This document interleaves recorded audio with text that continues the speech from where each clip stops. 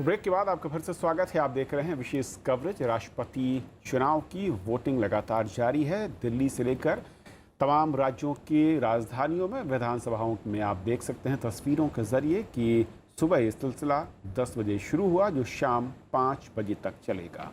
और जैसा कि हमारे एक्सपर्ट बता रहे हैं और हम बार बार आपको बता रहे हैं कि चुनाव में हिस्सा सांसद और विधानसभा के सदस्य यानी जनता से चुने गए सदस्य ले सकते हैं। विधान परिषद और नामित सदस्य इसमें हिस्सा नहीं ले पाते। Kavindra, a very important point that Election Commission this time has ensured 100% attendance for the presidential election, and that is because they have allowed 14 Rajya Sabha MPs and 41 Lok Sabha MPs to vote in the assemblies. Does that ensure 100% attendance, Mr. Agnihotri? That is a procedure that has been in practice for a long time. I mean, with the permission of the Election Commission, the MPs can vote in the state assemblies as well as MLAs can in the parliament. So apart from this 14 plus 41, 55 MPs voting in the state assemblies, 5 MLAs are going to vote in the parliament, including Mr. Shah himself. He is also voting here, even though he is an MLA. So that is not going to ensure, because as probably you are aware, there may be a few vacancies because of the death or otherwise resignation. But Mr. Kashyap, if I were to ask you about the cross voting, like Mamata Banerjee, obviously the whip has not been issued, but Mamata Banerjee ensured that all her MPs and MLAs are there in West Bengal to ensure that they vote for their party. But does it give you 100% surety that if you're in your own state, you would vote for your party? Because unofficially, I'm not going to name the MPs, but I got a few SMSs in the morning saying that there are MPs who have made it official that they will cross vote from Trinamool Congress. देखिए, जैसा मैंने पहले कहा, voting secret है और voting has to be free. On principle it is free voting. Right. Nobody can say on principle that you must vote for so and so and not for so and so. In fact, it would be illegal if anyone's free choice is interfered with. Right. So the principle is that it must be free and secret voting. And so far as voting in states is concerned, as Agnihotri ji rightly said, it has always been the practice that members of parliament who cannot for whatever reason come to Delhi to vote in parliament, they can vote in their state capitals and vice versa. Right. State members can vote here. Right. But voting has got to be free, at least in principle. Right. And even political parties, if they try to dictate to the members, it will be illegal. Right. But Rahul, I would like to get in you here. A lot has been said about the brute majority of the government and about the political survival mantra through this presidential election 2017. Many opposition members have been saying that it's a violation of Article 55. The selection of the candidate was very opaque. They could have gone in for a consensus candidate. Obviously, it's a closed chapter now because Ramnath Kovind is all set to become the president. But if you look at the technicalities of the processes and the procedures, do you think that somewhere the process adopted by the government was opaque? What is your sense on that? I don't think technically the government, or for that matter any political formation, can be faulted for not following the procedure as outlined in rules and constitution. It's what we are discussing is the spirit of it and the manner in which it is done. So we see that many parties have set aside their normal differences with the ruling party and decided to join them for the presidential election. Nitish Kumar is the best example and the most, I would say, striking example. He is also perhaps the only leader who has done it in 2 presidential elections. He did it last time also, and he went against his then formation's NDS candidate and voted for Pranab Mukherjee. And this time he has gone against UPS candidate and publicly voting for supporting the NDS candidate. So it's now part of the normal political game. Everyone follows the the minimum literal legal requirement, provisional, the constitutional provisions. But I do wonder when chiefs of political parties, presidents of political parties sort of carry their own candidates to various states, and they sort of chaperone them and escort them. Is it not making it a little too obviously, too publicly political? I think this could be avoided. Right. और इस वक्त सीधे चलेंगे संसद भवन, जहां पर विशाल दैया हमारे सहयोगी मौजूद हैं। विशाल, सुबह से सिलसिला शुरू हुआ है, हालांकि मौसम थोड़ा सा मैं कहूं कि अच्छा भी, और कई जगहों से खबरें हैं काफ़ी तेज़ बारिश हो रही है। अटेंडेंस किस तरीके की दिख रही है, और वोटिंग को लेकर फिलहाल कितने बड़े दिग्गज और पार्टियों की ओर से अब तक कौन कौन आया है, क्या आगे उम्मीद दिख रही है? जी बिल्कुल कविंद्र, मौसम से शुरुआत करें तो मौसम यहाँ भी बड़ा सुहावना है। पीछे काफ़ी तेज़ बारिश इस वक्त शुरू हो चुकी है, और शायद ये एक अच्छा मौका होगा उन सभी सांसदों के लिए जो इस वक्त मौजूद हैं संसद भवन में, कि वो जल्द से जल्द अपने मताधिकार का प्रयोग करें। और इसी लिहाज से सुबह 10 बजे से काफ़ी लंबी कतार थी। और अगर दिग्गजों की बात करें कविंद्र, तो प्रधानमंत्री नरेंद्र मोदी सबसे पहले सांसद थे जिन्होंने अपने मताधिकार का प्रयोग किया दिग्गजों में। उसके बाद जो बीजेपी के राष्ट्रीय अध्यक्ष हैं अमित शाह, हालांकि वो सांसद नहीं हैं, विधायक हैं गुजरात विधानसभा से, लेकिन एक स्पेशल परमिशन चुनाव आयोग से उन्होंने ली थी। और वो 5 विधायक जिनको अलग अलग जगह वोट डालने की इजाज़त दी गई थी, उनमें से अमित शाह एक हैं, उन्होंने भी अपने मताधिकार का प्रयोग किया। इसके अलावा कांग्रेस की अध्यक्ष सोनिया गांधी, उपाध्यक्ष राहुल गांधी, ये लोग भी अपने मताधिकार का प्रयोग कर चुके हैं अब से थोड़ी देर पहले। और बाकी जो सांसद हैं वो एक के बाद एक पहुंच रहे हैं रूम नंबर 62 जो संसद भवन में, जिसे पोलिंग सेंटर बनाया गया है, मतदान केंद्र बनाया गया है, वहाँ पहुँच रहे हैं।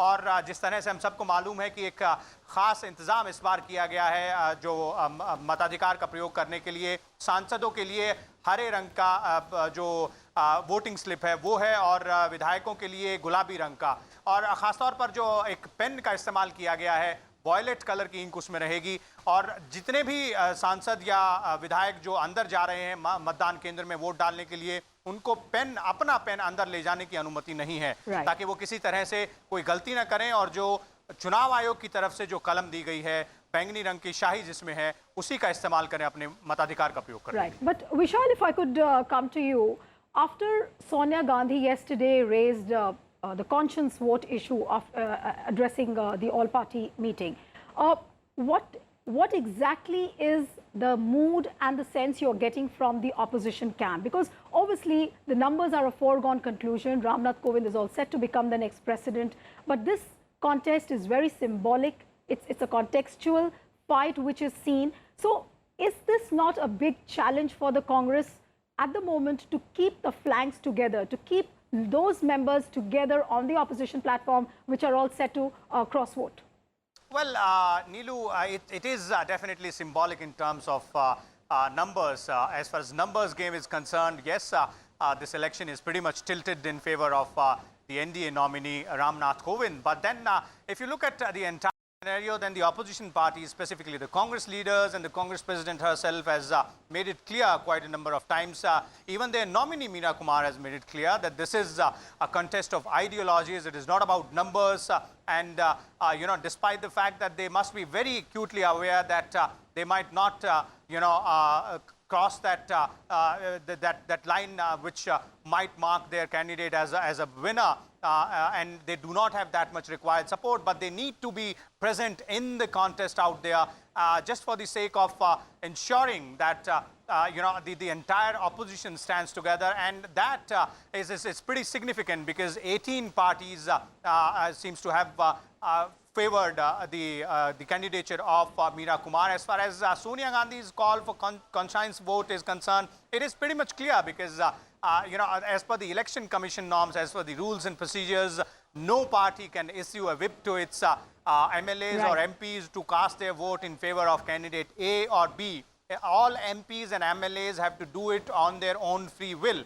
So that was a call which was made by the Congress president to not only her own party MPs and MLAs, but all other you know, like-minded parties, trying to send out a signal that the opposition unity still stands intact even in the face of this daunting task of having this contest with the NDA's nominee in the presidential poll, despite the fact knowing that they do not have numbers and the numbers are stacked very much in favor of Ramnath Kovind, with almost 40 different political parties supporting his candidature. Right. But Vishal, just hold your thoughts there. I would like to get in Rahul Dev. A lot has been said about the hubris also in this election. People say that you have 40% and I have more than 60%. This is also a kind of narrative which is evolving in this election. So apart from the ideological battle, do you also see this battle as a battle of hubris, as a battle of egos somewhere, which is quite an unspoken and an unwritten script? Nothing new. It has been happening over the last several presidential elections that as we have been discussing. So every election makes it a little more clearer, deeper, and shorn of its constitutional aura, I would say, or the what was meant to be president and the presidential election. Right. So it's a clearer picture of plain party politics. But if you look at Sonia Gandhi's statement of yesterday, she said that we can't make our nation a hostage to a communal, divisive and a narrow-minded agenda. Very strong words coming there from Sonia Gandhi. But would it be fair on her part to pit this battle as an ideological battle and not look at it from other prisms? Is this for me? Yes. Yeah. You see, it's interesting. Mrs. Sonia Gandhi is the one talking about conscious voting, and it was another Mrs. the original Mrs. Gandhi, Right. who first talked of conscious vote in presidential election way back in 1969, and she broke her own party. And she sort of caused the first big wave of cross voting in presidential elections. And on what? In the name of voting on the conscience. So since then, we have only seen presidential polls from panchayat to president, as Mr. Agnihotri also pointed out, being completely and getting ever deeper into the normal rigmarole and the morass of party politics.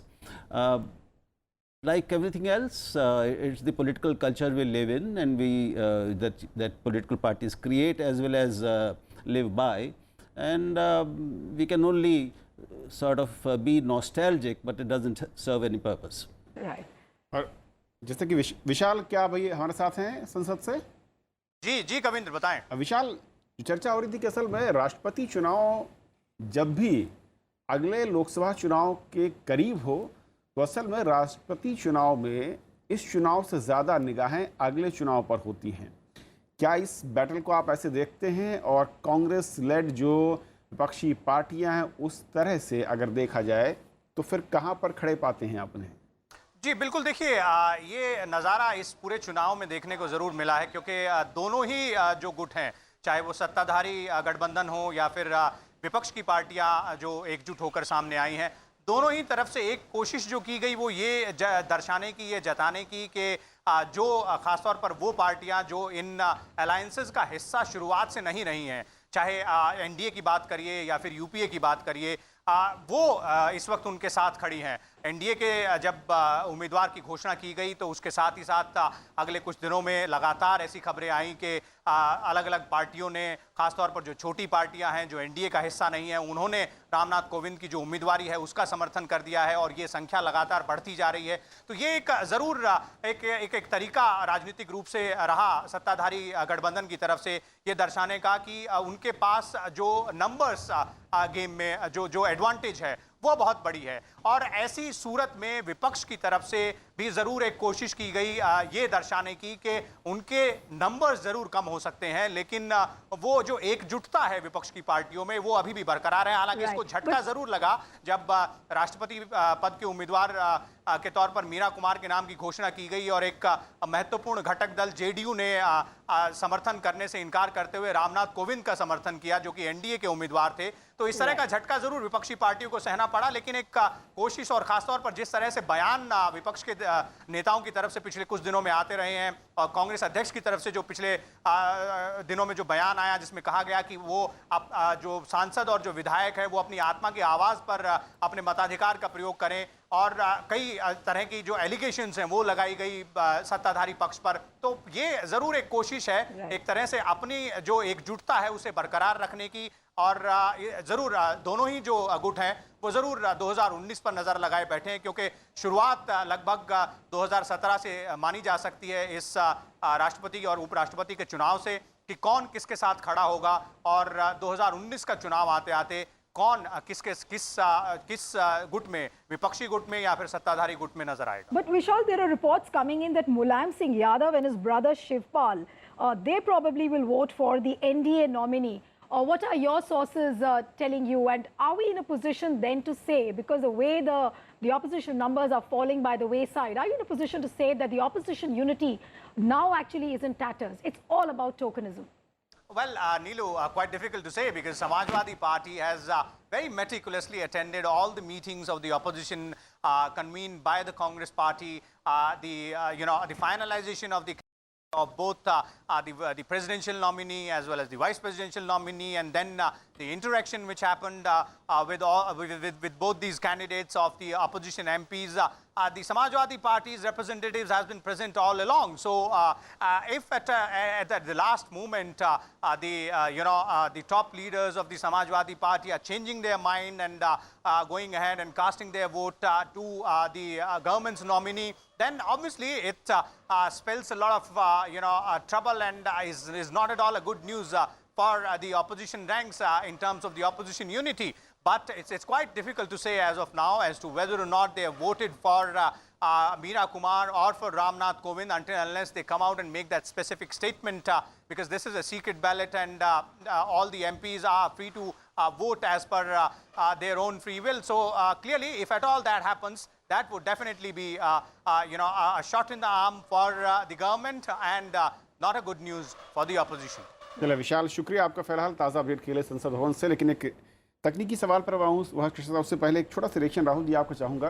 राष्ट्रपति या उपराष्ट्रपति चुनाव में आमतौर पर जो regional पार्टियाँ होती है, ख़ासतौर पर उत्तर भारत में, इस स्विंग का जो मैं कहूँ कि एक फैक्टर है, कई बार नज़र आता है। जैसे मुलायम सिंह की बात नीलू ने कही, एसपी को लेकर मीटिंग कहीं कुछ हो रही है, लेकिन एक दूसरा दड़ा है पार्टी के जो कहीं और जाना चाहता है। ये क्या कुछ संकेत देता है भविष्य को लेकर? कवित, मुझे लगता है कि इस चुनाव को हम 2019 के लोकसभा चुनाव के ट्रेलर के रूप में भी देख सकते हैं। हालांकि जो स्थिति आज है पार्टियों की, ठीक यही रहने वाली नहीं है। यानी एक तरफ 40 पार्टियां, दूसरी तरफ 70 पार्टियां, जो आज 17 पार्टियां जो अभी दिख रही हैं, ऐसा बिल्कुल नहीं रहेगा। लेकिन एक अंदाज़ उसका हम इससे लगा सकते हैं। जहाँ तक समाजवादी पार्टी और जैसे हम देख रहे हैं जो महागठबंधन में जो समस्या बिहार में है, इन दोनों उत्तर प्रदेश और बिहार की बात करें कि ये आंतरिक इन दोनों जगहों पर जो सत्तारूढ़ जो दल हैं, जो मुख्यतः दोनों दल देखिए आप, एक तो यादव दल हैं मुख्यतः, और वो आंतरिक एक पारिवारिक दल भी हैं। वो बिल्कुल एक प्राइवेट लिमिटेड कंपनी की तरह चलने वाली ये दोनों पार्टियां हैं। बिहार में आरजेडी और यहाँ पर समाजवादी पार्टी, दोनों पार्टियों में समस्या है, आपस में फूट है। समाजवादी पार्टी में बिल्कुल सीधी लकीर है कि अखिलेश जिधर जाएंगे उधर अब शिवपाल और मुलायम सिंह नहीं जाएंगे। उन्हें हर हालत में अपने को उनसे अलग रखना है। तो मुझे बहुत आश्चर्य नहीं होगा कि मुलायम सिंह और शिवपाल और उनके साथ जो भी लोग अगर हैं, कुछ विधायक या सांसद, तो वो एनडीए के पक्ष में वोट डाल दें। हालांकि हमें पता ठीक नहीं चल सकेगा, जैसे वो बिल्कुल ठीक कह रहा था। लेकिन मुलायम सिंह यादव पहले भी लगातार ये करते रहे हैं कि वो कब अपनी बात से मुकर जाएं और एकदम अप्रत्याशित रूप से किस दूसरे विपक्ष जिसके खिलाफ खड़े थे कल उसके पक्ष में हो जाएं, ये कोई नहीं कह सकता। उनकी एक अपनी अलग राजनीतिक शैली है। But Rahul, how would you judge the positioning of Nitish Kumar at the moment? Today there is a parliamentary board which is meeting for the announcement of the vice presidential candidate, and Nitish Kumar is the person who is supporting Gopal Krishan Gandhi, who is the opposition candidate for the vice president. Yeah. But his stand has been totally different in the presidential election. How would you sense his next move apparently, and how is he going to accommodate himself, or rather fix into the political matrix at the moment? Nitish Kumar has really emerged as a past master at what we might call brinkmanship. An amazing, brilliant example. He did it in the last presidential poll also, and this time also, and he is now in both the camps, but in one way in the presidential election and vice presidential, he is in the other. His previous his sort of formal formation he is part of. Right. Clearly, he is keeping his options open for the general elections. Right.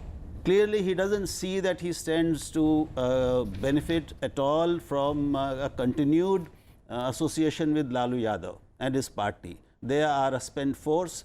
He knows he has to carve out a different niche for himself in the coming months and coming years. And he has been in NDA before. He has served in NDA governments before. So it won't be a surprise at all if he is ready to do it the next time too. But are there no worries that when Nitish Kumar is canoeing two boats together, probably if I were to ask you, is there also a fear of some kind of an isolation for him if you look at the larger battle of 2019, because he's canoeing two boats together? You don't know which way the boat is moving and who's going to support. Well, most political observers believe that so far as the next general election is concerned, the field is fairly clear, and there is an overwhelming preponderance of political factors and forces supporting and strengthening the NDA. So the opposition space is still not strong enough. The opposition formation is still not strong enough, and there is no likelihood of it being strong enough to really challenge the incumbent. So Nitish Kumar is playing his game well, I think. मैं कुछ तकनीकी सवालों पर आना चाहता हूँ सुभाष साहब, क्योंकि बार बार जब हम तस्वीरें देख रहे हैं तो हमें वो पुराना वाला जो बैलेट बॉक्स है वो नज़र आता है, क्योंकि अब देश के ज़्यादातर चुनाव हम देखते हैं ईवीएम के ज़रिए हो रहा है। क्या यहाँ पर जो मतदान और जो प्रोसीजर है वो थोड़ा सा ज़्यादा टिपिकल है, इसलिए इसकी हमें आज ज़रूरत है, या फिर इसे वाकई आपको लगता है कि बदलते वक्त के साथ बदलना होगा या बदलना चाहिए? नहीं, बदल सकता है, टेक्निकली पॉसिबल है, लेकिन नहीं किया गया अभी। इसके लिए सॉफ्टवेयर डिफरेंट होगा, सॉफ्टवेयर डिफरेंट होना होगा, लेकिन ऑटोमेटिक वोटिंग मशीन से भी हो सकता है। जो जनरल इलेक्शन में यूज़ होती है वो नहीं होगा, डिफरेंट बनाना होगा, लेकिन संभव है, हो सकता है आने वाले दिनों में ये भी ईवीएम्स के थ्रू होने लगे। क्योंकि साहब हम जब देखते हैं तो थोड़ा सा अलग लगता है कि हम बाकी चुनाव में, जब आम चुनाव है, पंचायत चुनाव होता है, ईवीएम देख रहे होते हैं, लेकिन जब देश के सर्वोच्च शख्स के लिए हम चुनाव कर रहे हैं उस पद के लिए, वहाँ पर हम उसी पुराने सिस्टम के साथ खड़े हुए हैं। दो चीज़ें हैं, एक तो ये प्रोपोर्शनल रिप्रेजेंटेशन वाली बात है, तो नॉर्मल, जैसा कि सुभाष जी ने भी कहा कि नॉर्मल हमारी ईवीएम है वो यहाँ पे काम नहीं करेगी, उसके लिए नया सॉफ्टवेयर बनाना पड़ेगा। उसके अलावा आप देखें कि पूरे दिन भर में और 32 पोलिंग स्टेशंस पर सिर्फ 5000 वोट करने, बाकी तो सब गुणा भाग है। तो नंबर जो हैं वो तो सिर्फ 5000 है। तो उसके लिए सब सॉफ्टवेयर डेवलप करना, ये करना, वो करना, तो कोई आवश्यकता उसकी लग नहीं रही अभी तो, इसलिए भी शायद वो पुराने सिस्टम से ही चल रहा है, चला आ रहा है। राहुल जी, आके आपको भी खटकता है बैलेट बॉक्स जब राष्ट्रपति पद पर हम देखते हैं और पंचायत चुनाव होता है तो वहाँ पर ईवीएम देख रहे होते हैं? मुझे तो ये अच्छा लग रहा है देख कि कम से कम अतीत का एक महत्वपूर्ण, हमारी यादों का एक महत्वपूर्ण हिस्सा आज भी वर्तमान का हिस्सा बना हुआ है, तो ये अच्छा लग रहा है। और जैसा अभी एक उसका व्यवहारिक पक्ष भी तुरंत समझ में आता है कि 5000 वोटों के लिए पूरी नई सिरे से करने की ज़रूरत क्या है। और आप देखिए कि देखने में भी आखिर सारी दुनिया में राजनीति में अब टीवी एक महत्वपूर्ण है, छवि, इमेजेस, छवियाँ बड़ी महत्वपूर्ण हो गई हैं। तो हाथ से अपना वो वोट देकर उसको उसमें डिब्बे में डालते हुए लोगों को देखना, मैं समझता हूँ लोगों को भी देखना अच्छा लगता है, हमें तो लगता ही है। जी नहीं, इसके अलावा दो चीज़ें और भी। आज इंग्लैंड में तो अभी भी हाथ से ही डाला जा रहा है, और फिर यहाँ पे ईवीएम के खिलाफ तो एक अभियान भी शुरू हो गया है भारतवर्ष में। तो खैर देखते हुए हमारे समय ऐसी कोई आवश्यकता महसूस नहीं हो रही है कि इसके लिए ईवीएम का निर्माण किया जाए, नई सॉफ्टवेयर बनाया जाए. But do you see a remote possibility of the techniques and the processes changing somewhere? Like, for example, there is a clarion call for the paper verifiable paper trails. Obviously, the process doesn't apply on the presidential election, but do you see a possibility somewhere maybe in future it could evolve? I think it is entirely, for the general elections, it is entirely possible that that demand would be considered. Also, some of us have been making suggestions that the machine should also provide for a certificate of voting, Okay. so that the voter gets proof of his having voted, and that can be used for various purposes, for providing some citizenship benefits and so on. There is talk of compulsory voting. Now, compulsory voting may have legal difficulties. So, if the voting is made a fundamental citizen's duty, and it becomes necessary for the voter to produce a certificate of voting for getting some of the benefits like passport, like income tax rebates, Right. like I'll interrupt you here, Mr. yeah, Kashyap. Let's listen in to Meera Kumar, what she had to say this morning. लेकिन दूसरी तरफ जो है वो सीमाओं में बंदूकों के मुंह जो है वो खोल देता है. तो जाहिर सी बात है, ऐसे हालात भारत चुप नहीं बैठेगा. भारत शांति आत्मा की आवाज पर ध्यान देने की बात कही थी, और मुझे पूरा विश्वास है कि आत्मा की आवाज सुनी जाएगी, क्योंकि इससे पवित्र और इससे शक्तिशाली और कुछ नहीं है. और देश के हित में, देश के भविष्य के लिए निर्णय लिया जाएगा. What are the principles you are fighting for? What is your message to the opposition today? Today is a very important day. Today, the collegium will take a decision. As you all know, I have become a candidate in this contest to fight the battle of ideology. This ideology is social justice, inclusiveness, secularism, transparency, freedom of expression, freedom of press, end of poverty, total destruction of the caste system. This is the ideology which binds India together. So it's very important that we protect and preserve it.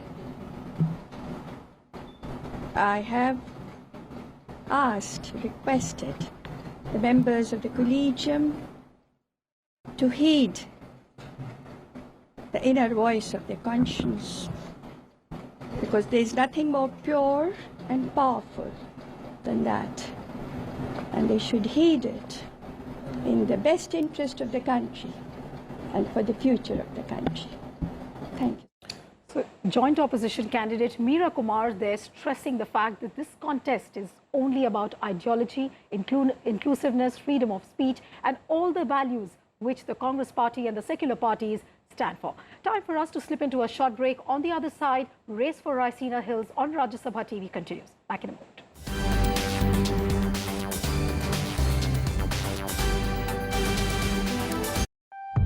मैं चाहता हूं कि जब मैं दिल्ली चलो कहूं, तब आपके दिलों में ऐसी चीख गूंजे जो अंग्रेजों में खौफ और दहशत भर दे.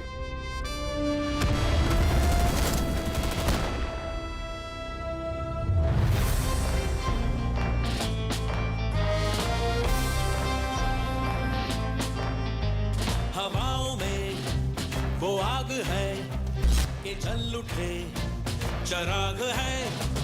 हवाओं में वो आग है कि जल उठे चराग है. हवाओं में वो आग है ख्वाब है।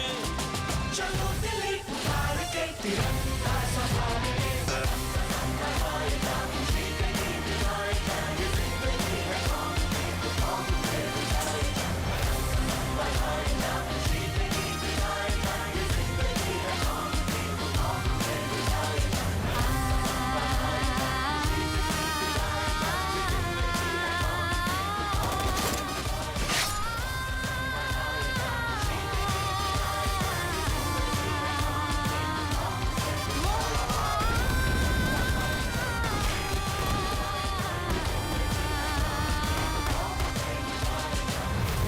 This trial and its judgment shall be remembered throughout history.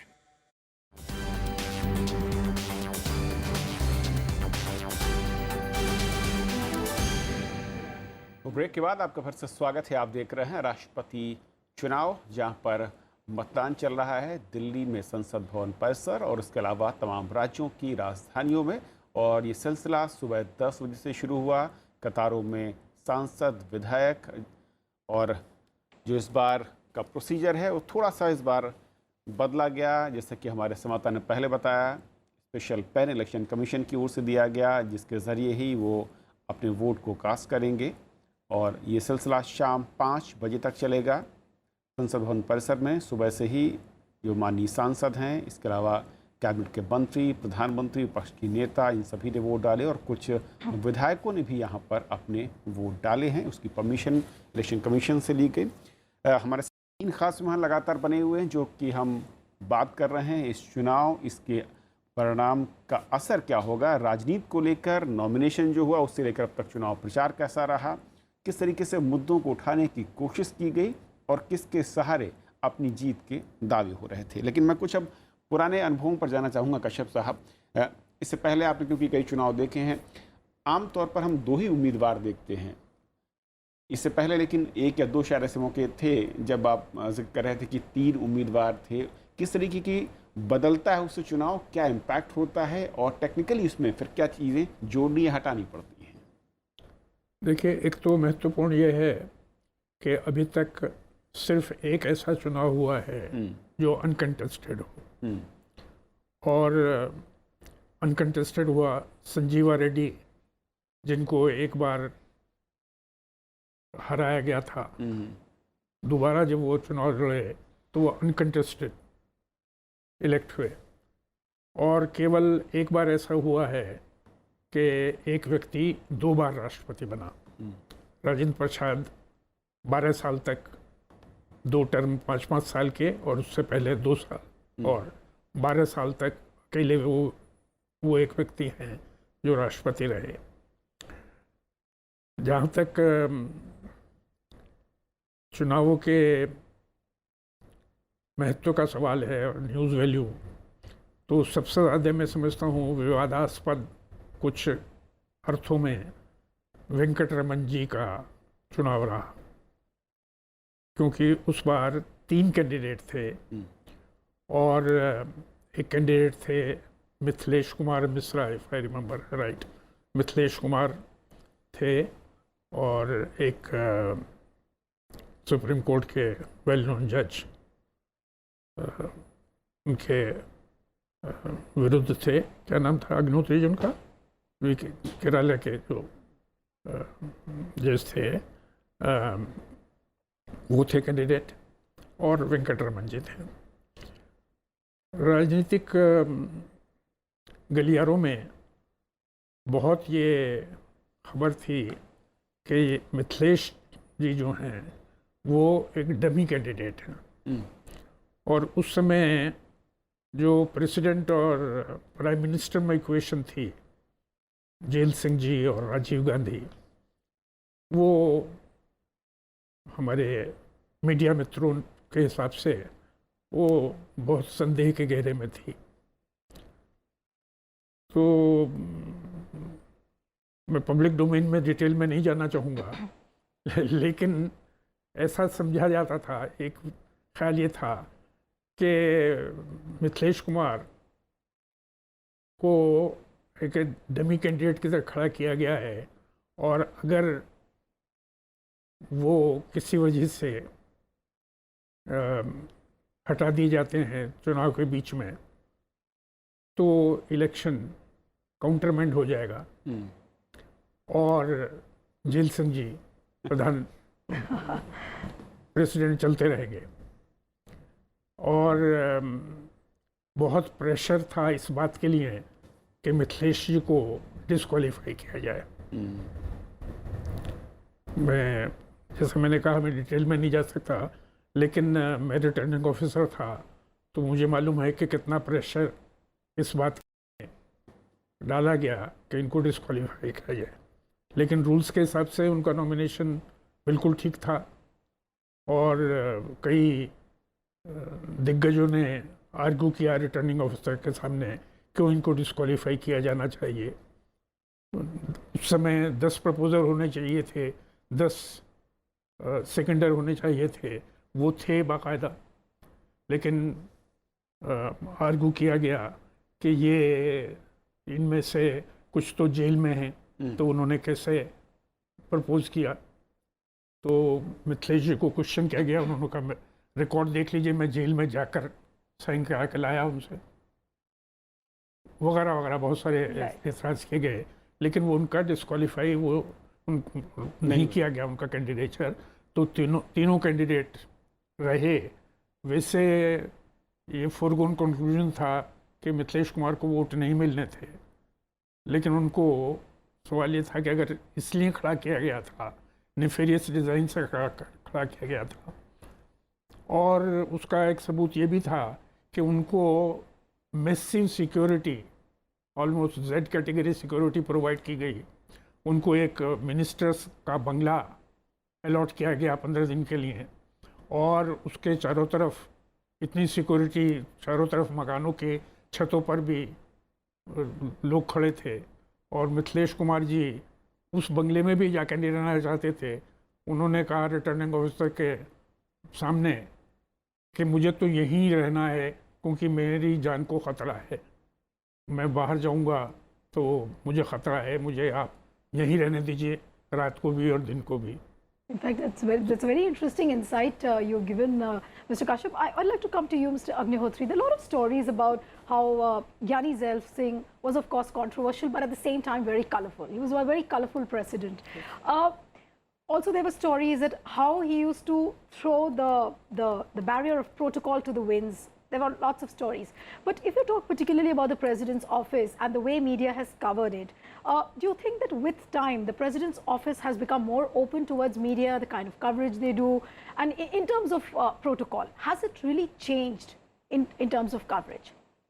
Yes, of course, the media has become very strong and very, its presence is very, very pervasive, and therefore now the present president gives many more press conferences and attends many functions, and of course website is there, and all kind of things are happening, and it is perhaps for the good, so that the public knows that the persons occupying various high level offices are how they conduct themselves, and what are their views on different issues.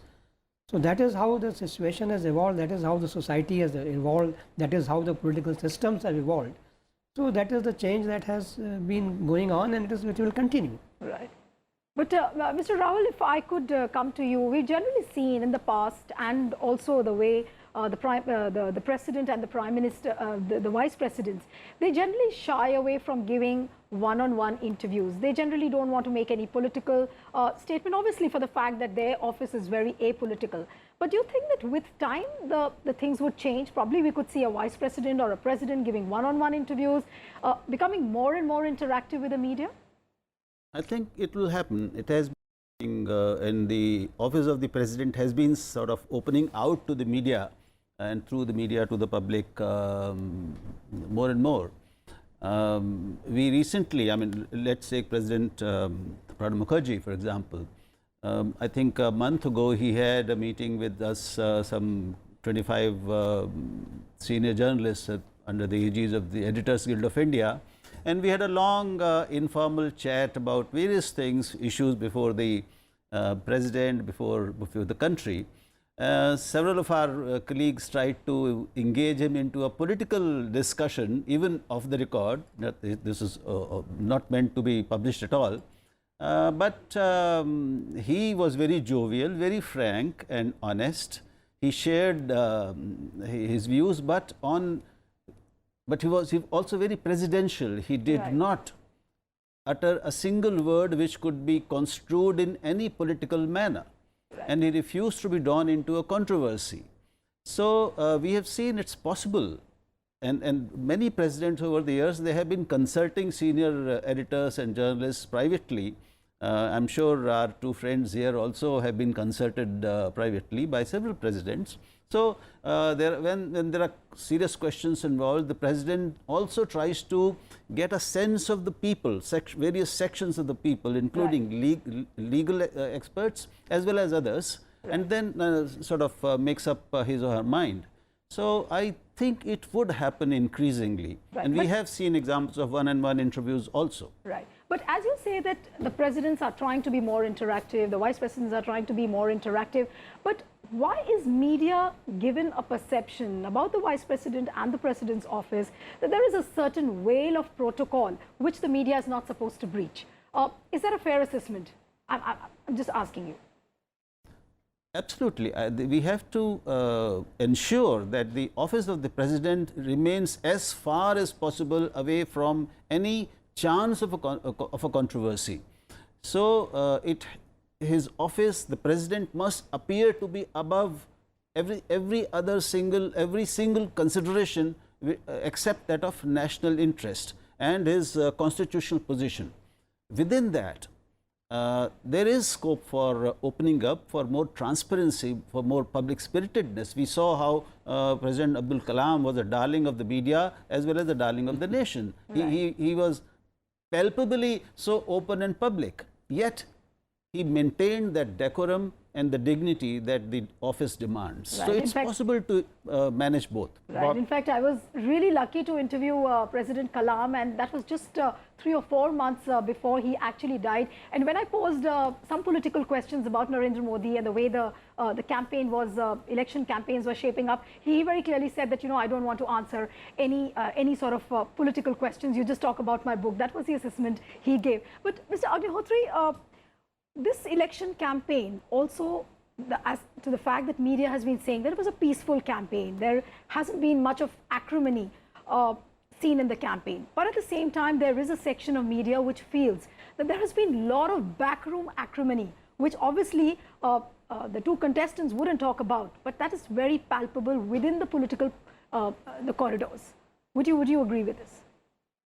Well, of course, because if an election is indirectly being contested on political lines, I mean, maybe not openly but indirectly, then all the acrimony of the political system is somewhere there below the surface. That is how it is. Again, in terms of, going back to your other question about the protocol and the president and vice president being open to the media. You see, one thing about protocol you must remember, that unlike the other political functionaries, the prime minister, the ministers, the MPs, MLAs, etc., the president and vice president's appointments are fixed a day in advance and they are printed. So it is not like prime minister or the president or the other ministers, etc., who can off the cuff meet the media and go here, there and talk something. That has to be formally decided, whether the president will go to a particular function, whether he will meet a particular person or not meet a particular person, and it is all printed as a timetable. So that being the situation, it all depends also on the president's personality. Right. Whether he is outgoing or he would like to talk, that is one. Secondly, it depends on his media advisor. That media advisor also has to tell him whether he should meet a particular person or not meet a particular person. So it all depends on how strong the personality of the president is and how open-minded and extrovert he is. शायद यही वजह है कि हमने पिछले, अगर मैं 1.5 दशक में कहूँ, कश्यप साहब शायद आप एग्री करेंगे, काफ़ी बदलाव हुआ है इंटरेक्शन पब्लिक के साथ, जनता के साथ, स्कूल में जाकर राष्ट्रपति का पढ़ाना, क्लास लेना, उपराष्ट्रपति महोदय का बच्चों के साथ में एक सेमिनार में हिस्सा लेना, इस तरह के इवेंट अब धीरे धीरे बढ़े। एक जो मैं कहूँ कि करेक्ट है, वो तेज़ी के साथ बढ़ा है। और जो नीलू इसका जिक्र कही थी कि जो एक पहले एक प्रोटोकॉल की चार दीवारी थी, वो धीरे धीरे हल्की ज़रूर हुई है।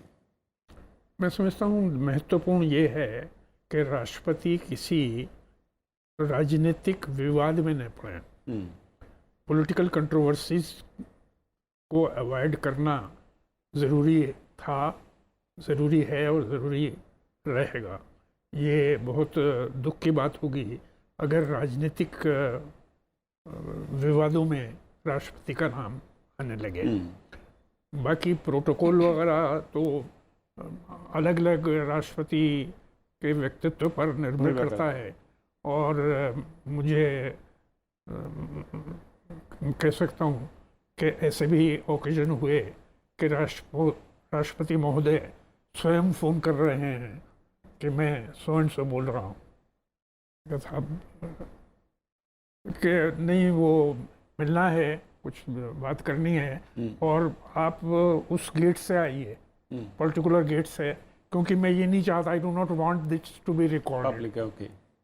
तो वो व्यक्ति पर निर्भर करता है। कलाम साहब दूसरा प्रोटोकॉल फॉलो करते थे, लेकिन कभी कंट्रोवर्सी में नहीं पड़े। दूसरे राष्ट्रपति, कलाम साहब से बात कीजिए आप, तो वो खुद उठ के इधर ठहरिए, उठ कर जाएंगे और कागज़ पेंसिल लेकर आए हैं। दूसरे राष्ट्रपति मैंने देखा है कि बड़े बिल्कुल ऐसे भी राष्ट्रपति हुए जो बिल्कुल मुग़ल बादशाहों की तरह से बैठे रहेंगे। और तो ये तो व्यक्ति पर निर्भर करता है। But Rahul, if I could come to you, of course, these were the protocol issues related to the president's office. But if you look at the credentials of the two candidates, Meera Kumar and Ramnath Kovind, there is no two ways about the fact that they are perfectly suited for the job, despite whatever narrative is being spun by the political parties. But a clincher statement which came from Randeep Surjewala was that when BJP says that it's not a battle between the secular and the communal, but it's a battle of meritocracy versus the dynasty politics. What is your assessment of a statement like that?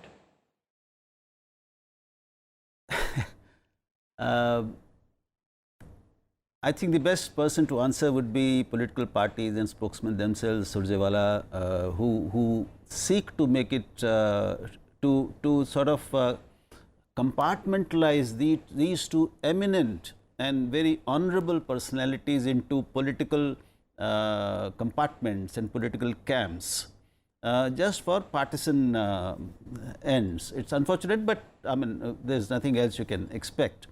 I'm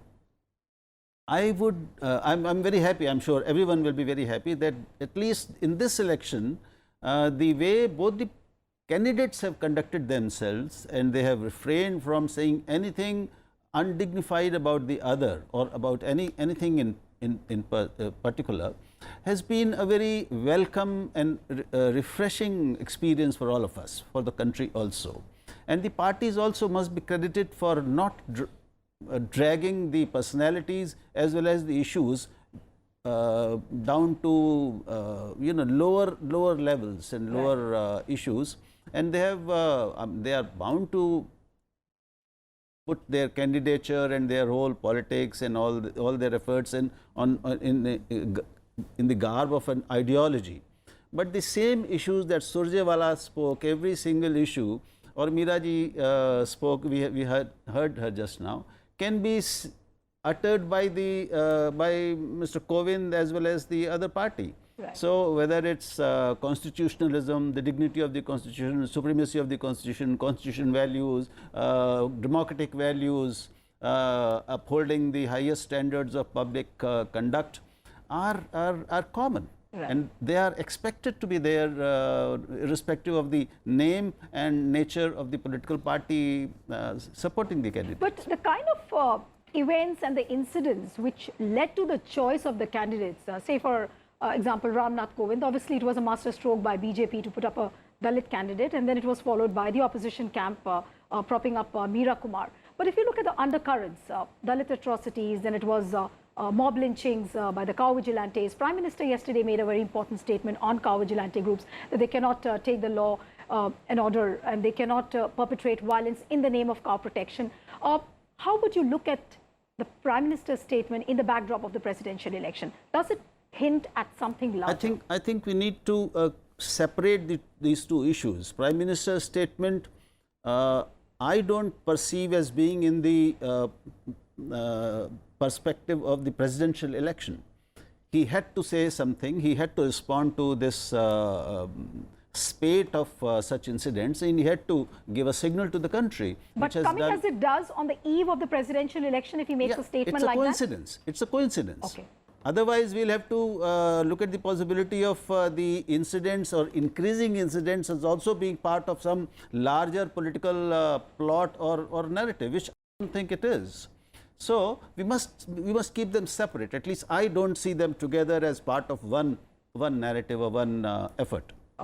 एक चीज़ जो बार बार जब उठ रही है, क्योंकि दलित card की बात हो रही है राष्ट्रपति चुनाव में कि दोनों कैंडिडेट्स जो उतारे गए, कशिश साहब, देश में जब भी किसी इस तरह के संवैधानिक पोस्ट, राष्ट्रपति, उपराष्ट्रपति या फिर मैं कहूँ कि प्रधानमंत्री की बात करूँ, ऐसे पर जब जाति के टैग के साथ लाइनें शुरू होती हैं, क्या वाकई उनके बनने के बाद, क्योंकि आपका लंबा अनुभव रहा है संवैधानिक और देश के बदलते हालात को देखा है, क्या ऐसा वाकई होता है? उस एक सिंबल भर होता है महज, या फिर वाकई उस कास्ट, उस तरह के लोग जब आते हैं तो उनकी तस्वीर बदलती है?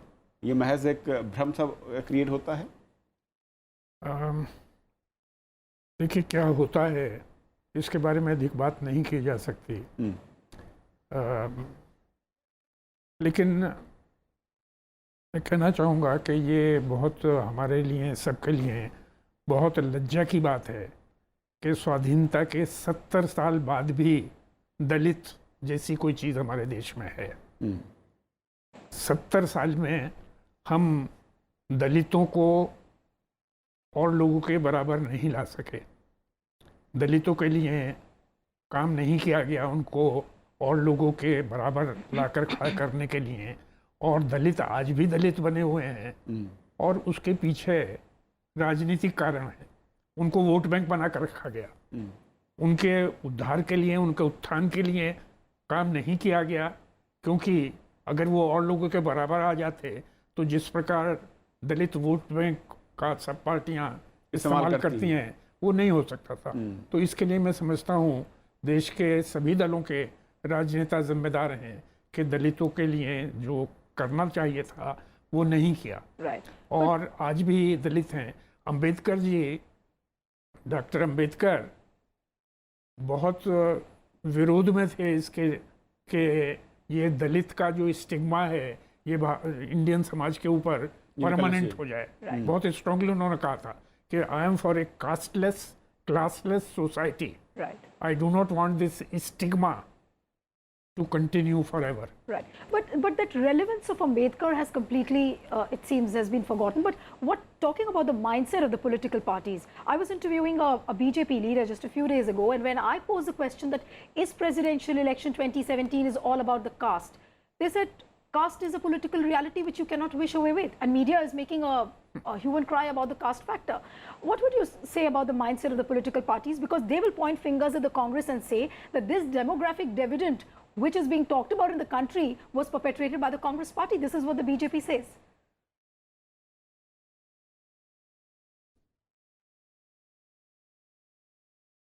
Yeah, Mr. Agnihotri. Okay. No, I don't know, because the fact is that for political reason, as Mr.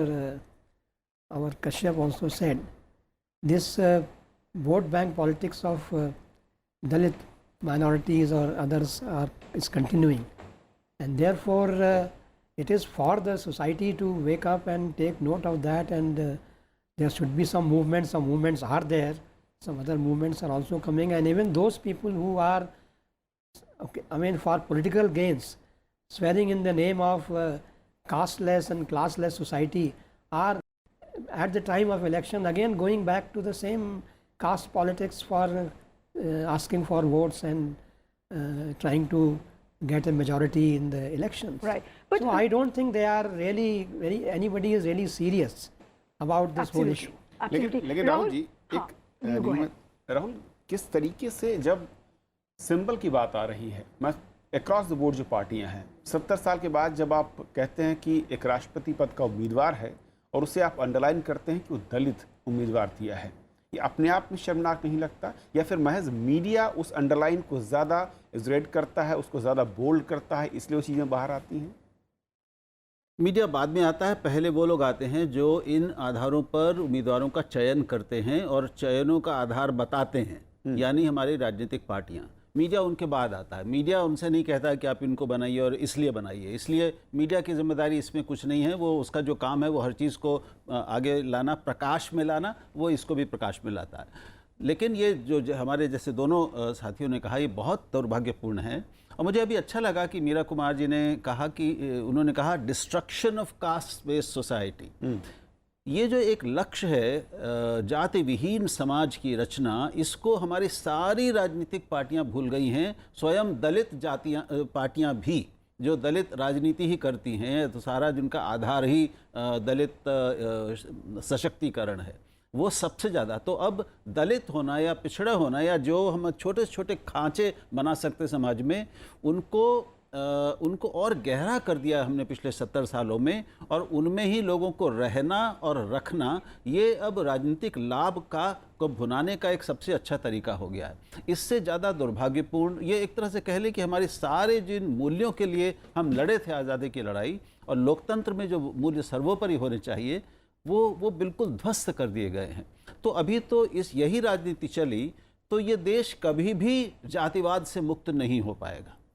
और एक बात मैं अंत में ये कहना चाहता हूँ कि जातिवाद, जाति मुक्त समाज की कल्पना केवल और उसकी रचना केवल राजनीतिक पार्टियों के लिए संभव भी नहीं है।